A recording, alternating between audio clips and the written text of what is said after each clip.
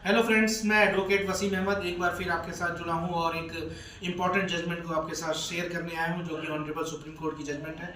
और ये जजमेंट 1 दिसंबर 2025 को आई है, जो कि एक मर्डर केस में आई है। और इस केस का नाम है Chandan Pasi versus state of Bihar. इस केस में ये हुआ कि 2016 में एक मर्डर का केस ऑनरेबल सेशन जज के पास सेशन कोर्ट में आया, जो कि बक्सर की सेशन जज कोर्ट थी।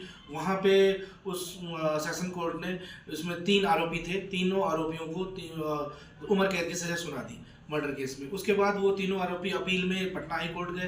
पटना हाई कोर्ट ने उनके सज़ा को बरकरार रखा और सज़ा जो उम्र कैद की थी वो उम्र कैद चलती रही। उसके बाद उन तीनों आरोपियों ने ऑनरेबल सुप्रीम कोर्ट को अप्रोच किया और वहाँ अपनी अपील फाइल करी, जहाँ पे ऑनरेबल सुप्रीम कोर्ट ने उनके केस को पूरी तरह से थॉरोली दोबारा से पढ़ा और उसमें ये पाया कि जो इनकी 313 सेक्शन 313 सीआरपीसी में जो स्टेटमेंट होती है एक्यूज पर्सन्स की, आरोपियों की, उसमें कुछ उनको ऑनरेबल सुप्रीम कोर्ट के जजेस को कुछ उसमें ठीक नहीं लगा। उसमें ये लगा कि जो स्टेटमेंट है वो प्रॉपरली नहीं हुई है। वो तीनों स्टेटमेंट, जो तीनों एक्यूज की स्टेटमेंट थी, आरोपियों की स्टेटमेंट थी, वो एक्चुअली एक कार्बन कॉपी सी लग रही थी।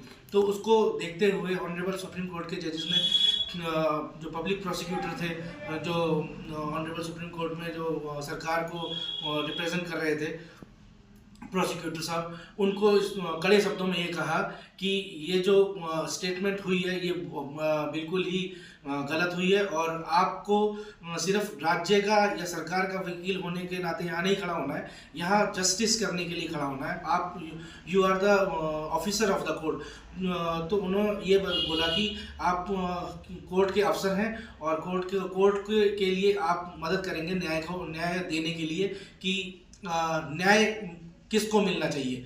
ये नहीं कि आप सरकार के लिए खड़े हैं तो सिर्फ सज़ा दिलाने के लिए खड़े हो। आपको सज़ा दिलाने के लिए यहाँ खड़ा नहीं होना। सज़ा के अलावा आपके ये कर्तव्य बनता है कि आप न्याय के लिए खड़े हो। तो इसमें ये पाया गया कि जो कार्बन कॉपी की तरह स्टेटमेंट थी, एक ही एक्यूज की स्टेटमेंट तीनों एक्यूज में वही एक जैसी पाई गई।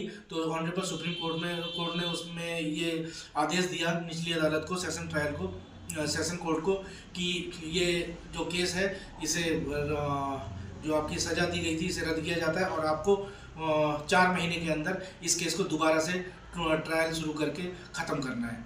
धन्यवाद।